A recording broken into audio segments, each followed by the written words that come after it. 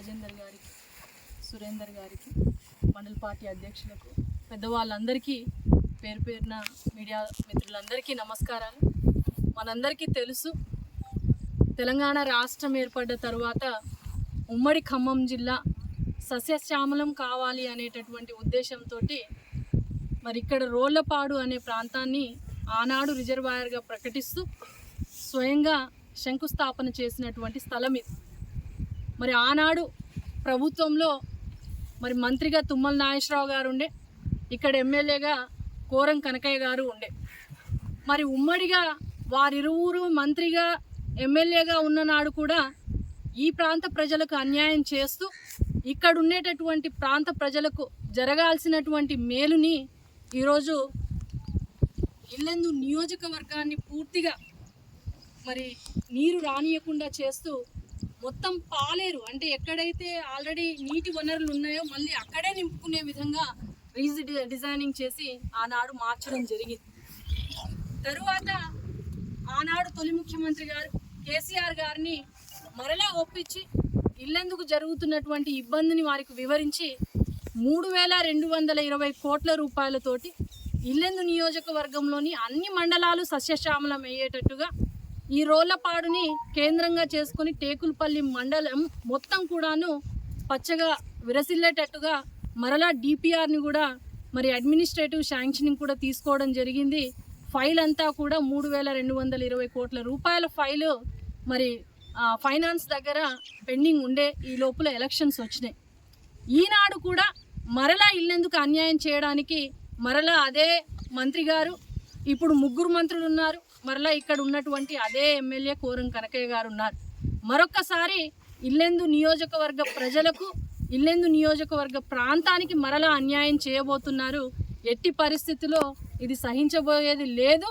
మిమ్మల్ని అందరినీ కూడా కోరేది ఒకటే, ఇల్లెందు అనేది ఇందాక మాజీ ఎమ్మెల్యే గారు అన్నట్టుగా ఇల్లెందు అనేది అత్యంత ఎత్తైనటువంటి ప్రాంతము.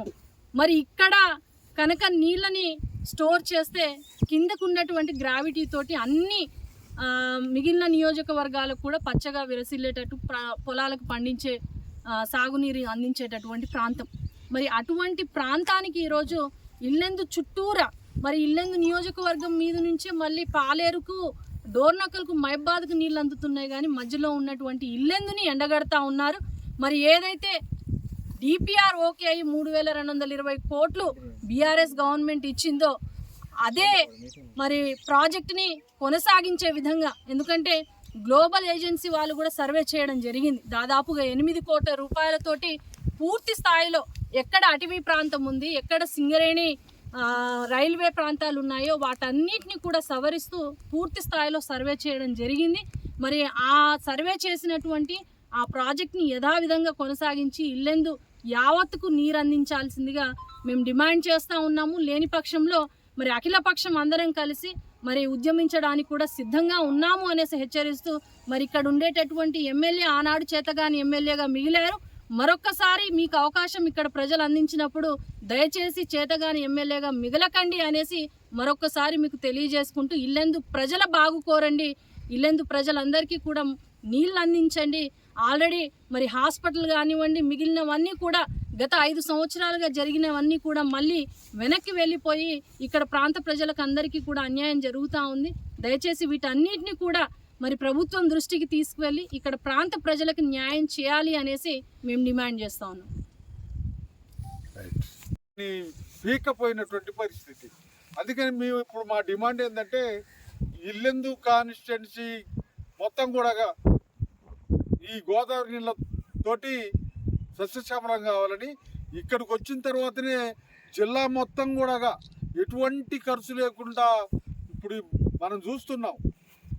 లలితాపురం చెరువు నుండి సీతారాంపురం చెరువు, సీతారాంపురం చెరువు నుండి గాంధీనగరం చెరువు, గాంధీనగరం చెరువు నుండి కాంపెల్లి చెరువు, కాంపెల్లి చెరువు నుండి లింగాల చెరువు, ఈ పద్ధతుల్లో వైరా ప్రాజెక్టు అవుతున్నాయి నీళ్ళు. ఈ రోళ్లపాడు నుంచి మొదలుకుంటే టేకులపల్లి మండలం అంతా పట్టుకొని అటు జూలూరుపాడు, ఏనుకూరు, సుజాత నగరు, సండ్రుగొండ, ఈ సత్తుపల్లి ఇటు పోతున్నాయి. ఈ పద్ధతుల్లో ఉపయోగపడేటువంటి నీళ్ళని మోటార్ల ద్వారాగా అనే పేరుతోటి, కాలువల ద్వారాగా అనే పేరుతోటి భూములంతా ధ్వంసం చేసుకుంటూ పక్కకు తీసుకుపోతున్నారు. గవర్నమెంట్ ఇప్పటికైనా కాస్త ఆలోచించి ఈ రోళ్లపాడు చెరువుకి నీళ్ళు వచ్చి ఈ ప్రాంతానికంతా సస్యశ్యామలు చేసేటువంటి ఏర్పాట్లు చేయాలని చెప్పి ఇక్కడ ఉన్నటువంటి ఈ కాన్స్టిట్యున్సీ పరిధిలో ఉన్నటువంటి అన్ని పార్టీలు ఐక్యంగా ఉద్యమించడానికి పూనుకున్నాం. అందుకనే ఇవాళ ఈ శంకుస్థాపన చేసినటువంటి ప్లేస్ని చూడటానికి వచ్చాం. ఇక్కడి నుంచి ఆ గోదావరి దగ్గరికి పోయి ఆ గోదావరి దగ్గర నుంచి కాలువలు ఎటు తీసుకుపోతున్నారు, అవి ఎట్లా కరెక్టు, అది ఎట్లా సబాబు అనేటువంటి దాన్ని చూసి ముఖ్యమంత్రికి రిప్రజెంట్ చేయదలుచుకున్నాం. ఇక్కడ ఉన్నటువంటి అధికారులందరికీ కూడా రిప్రజెంట్ చేయదలుచుకున్నాం. ఇది జరగకపోతే మేము చెప్పిన మాటలన్నీ చెవిటోని ముంగట శంకులాగా అయితే ఇది ఇంతకుముందు దుమ్ముగూడెం ప్రాజెక్టు నిర్మాణం కావాలనేట్లయితే ఉద్యమాన్ని మొదలుపెట్టినో ఆ పద్ధతుల్లో ఉధృతం చేయటానికి ఇక్కడ ఉన్నటువంటి ఈ జిల్లాలో ఉన్నటువంటి అన్ని పార్టీలు ఐక్యంగా ఉద్యమానికి సిద్ధమవుతాం. సీతారామ ప్రాజెక్టు పేరు వచ్చింది. ఈడ సీతారామ ప్రాజెక్టు పేరుతోటి కేసీఆర్ గారు పెద్ద మీటింగ్ కూడా పెట్టి శంకుస్థాపన చేసిపోయిండు.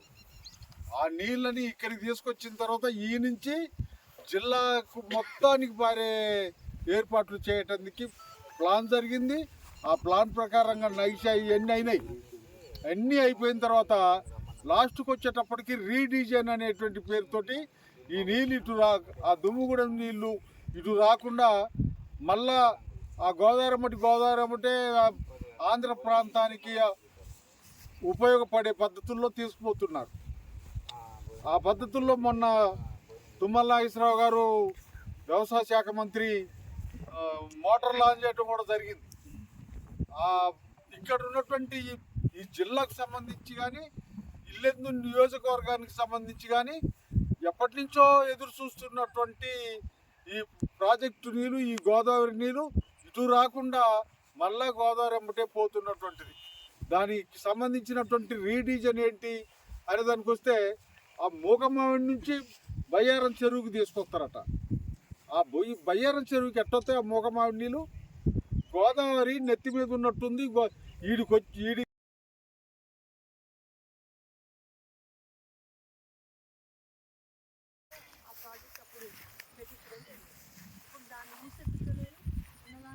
ప్రభుత్వం దగ్గర మళ్ళీ వేరే మళ్ళీ